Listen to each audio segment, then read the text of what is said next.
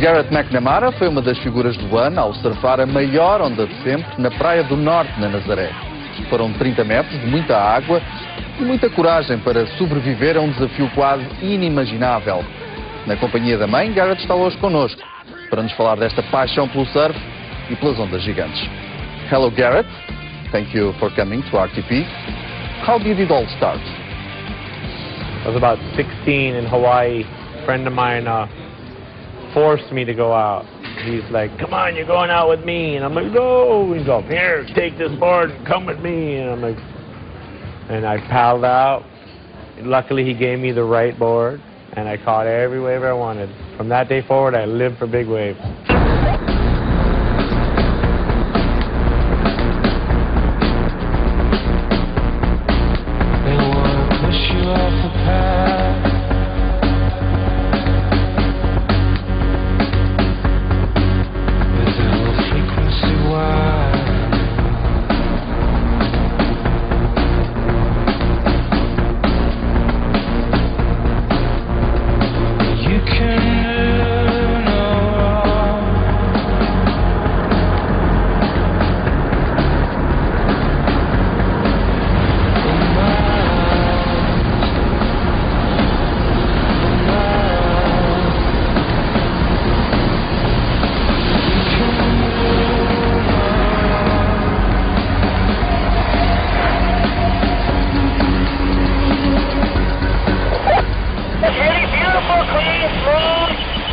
It's a really beautiful ride.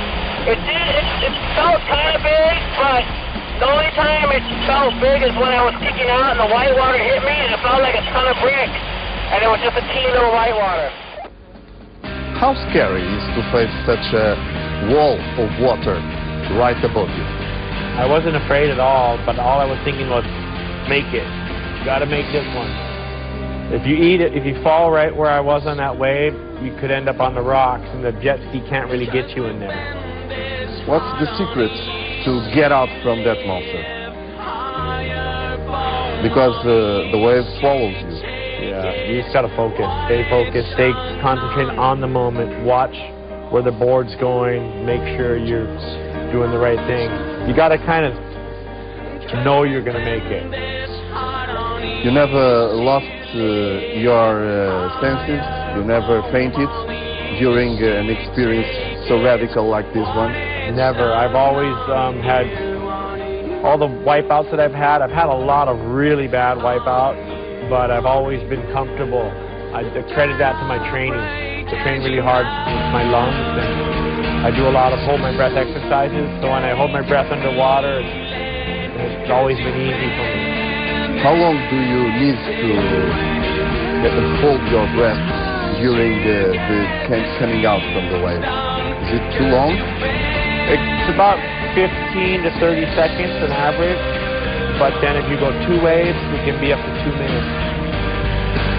Up to 2 minutes? It requires a lot of training. Yeah. Did you ever get hurt?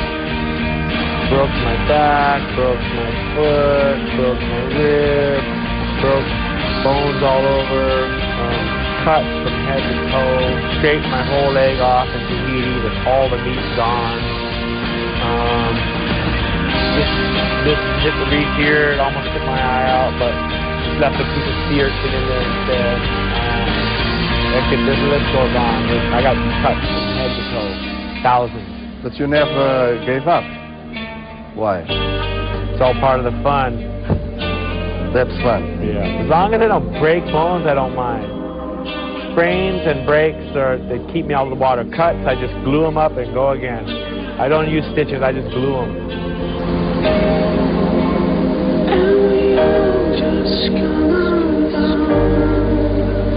Cause we've been this hard on the east, you live higher, bone ball, east, you take it, what it's done on you, on you, on you, on you, and you know, take the feeling, 'cause you've been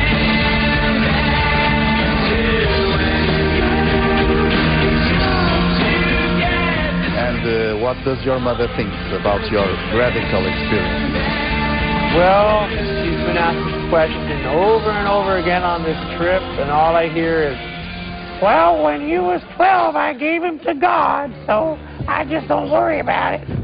So I guess she just gave me to God, and the rest is up to him. What's your feeling about your son's love towards these giant waves?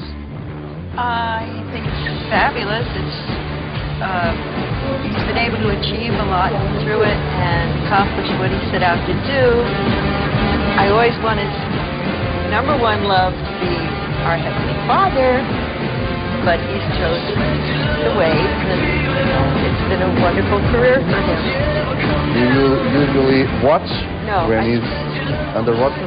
I watched him for years, and then when he started doing the biggest waves, they were on other islands, Maui and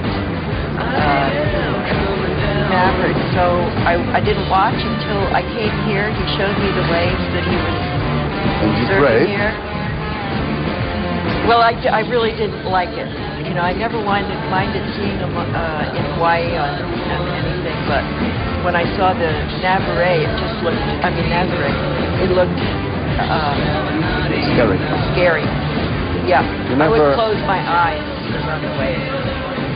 You never asked him to leave and to stop doing this? No. Because members of my family thought, he can't do that, you know. He's got a family. He can't, jeopardize his future. Life is full of jeopardy. It's more dangerous to cross the street.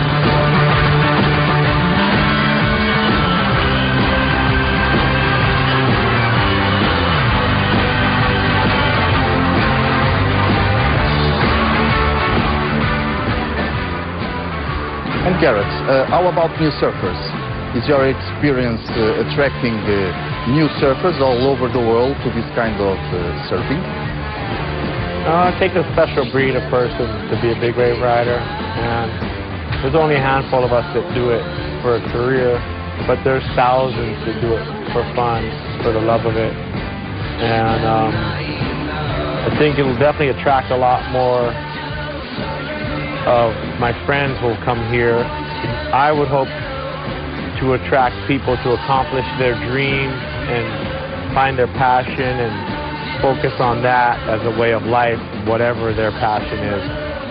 I hope that I try and inspire people to do what they're passionate about, because I love big waves, I live for big waves, and that's what I do for a living, and it'd be nice to see more people do what they're passionate about.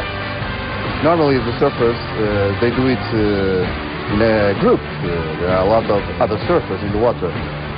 Normally you do it alone. Do you feel alone when you are experiencing the big waves? Well, when we're towing, we actually, it takes two because you're a partner. And then we usually have a second ski. If everything is prepared properly, we have a backup ski.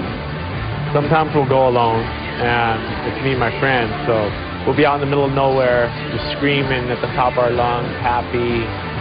No cameras, no other people, no nothing, just us having the time of our life. And I just love it. Do you have any special advice to the ones that would like to try the same you do?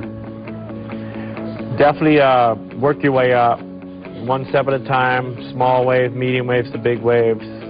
There's people that start and 1 year later they're riding 40-foot waves. It's very rare, but it does happen. I wouldn't recommend doing it that way, but if you're hungry enough and you want it bad enough, you can go from starting to surf this year, right now, today, and you could ride a 40-foot wave 1 year from now, even quicker if you wanted to really bad. But I wouldn't recommend doing it that way. I'd recommend working your way up slowly and then seeking advice from other big wave riders or other surfers.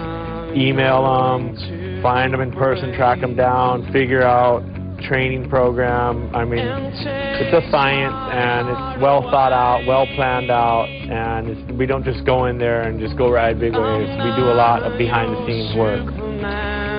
Is there anyone in the world circuit that you would like especially to invite to do so, like Kelly Slater, for example? Kelly came, and I've surfed Nazaré with Kelly. I invited him and he surfed it. The first time I came here, I told him I was coming, and then he got here right before me, and he emailed me, Garrett, I'm in Nazaré, are you here?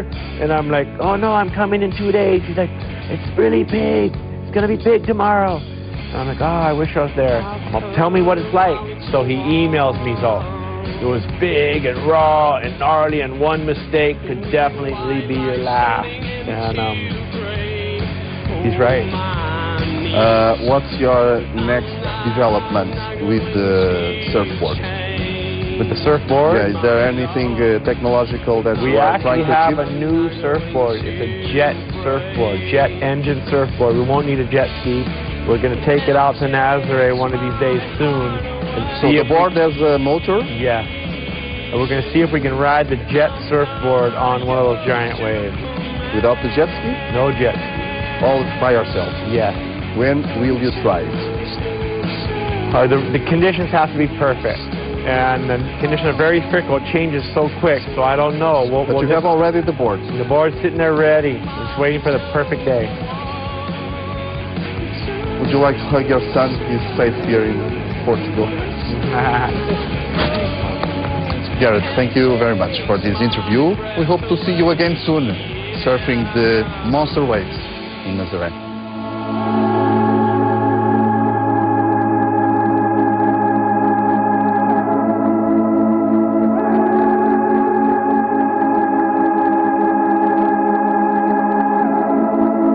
So I follow your steps, and then you broke my knees again. Was this part of your plan?